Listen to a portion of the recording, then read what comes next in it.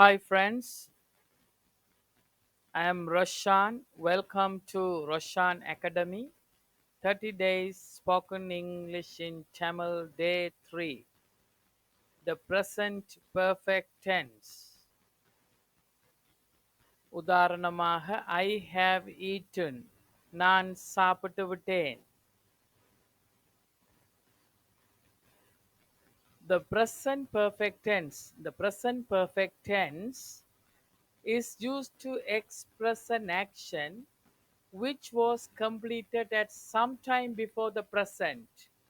நிகழ்காலத்துல கொஞ்ச நேரத்துக்கு முதல் நிறைவு பெற்ற நிகழ்வுகளை குறிப்பதற்கு the present perfect tense பயன்படுத்தப்படுகிறது. உதாரணமாக சற்று முன்னர் முடிந்த நிகழ்வுகளை குறிப்பதற்கு இந்த tense பயன்படுத்தப்படுகிறது. உதாரணமாக I have just eaten. நான் சற்று முன்னர் சாப்பிட்டு விட்டேன். He has already sent. அவன் ஏற்கனவே அனுப்பிவிட்டான். We have not got it yet. நாங்கள் இதை இன்னும் பெறவில்லை.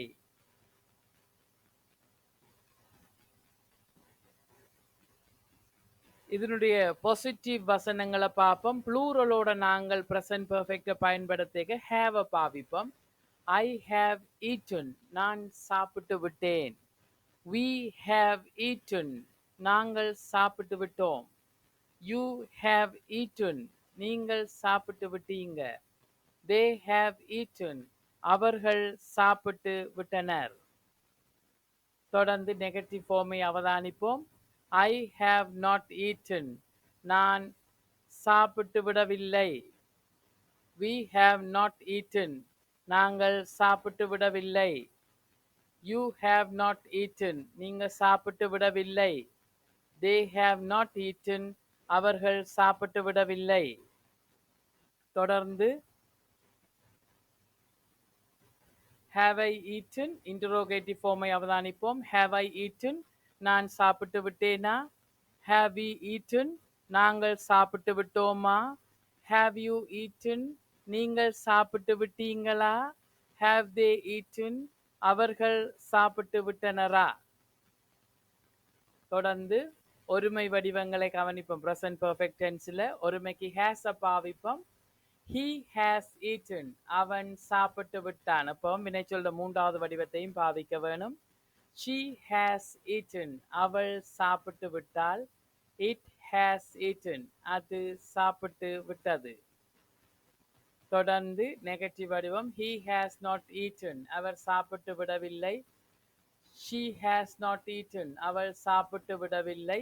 It has not eaten. அது சாப்பிட்டு விடவில்லை. ஒருமையினுடைய கேள்வி வடிவத்தினை அவதானிப்போம். Has he eaten? அவன் சாப்பிட்டு விட்டானா?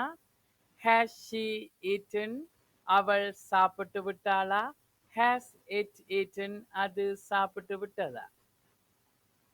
இந்த வகையில நாங்கள் the present perfect tense கவனமாக பயன்படுத்தி கொள்ளலாம் எங்களுடைய ஸ்போக்கன் இங்கிலீஷ்லையும் ரிட்டன் இங்கிலீஷ்லையும்.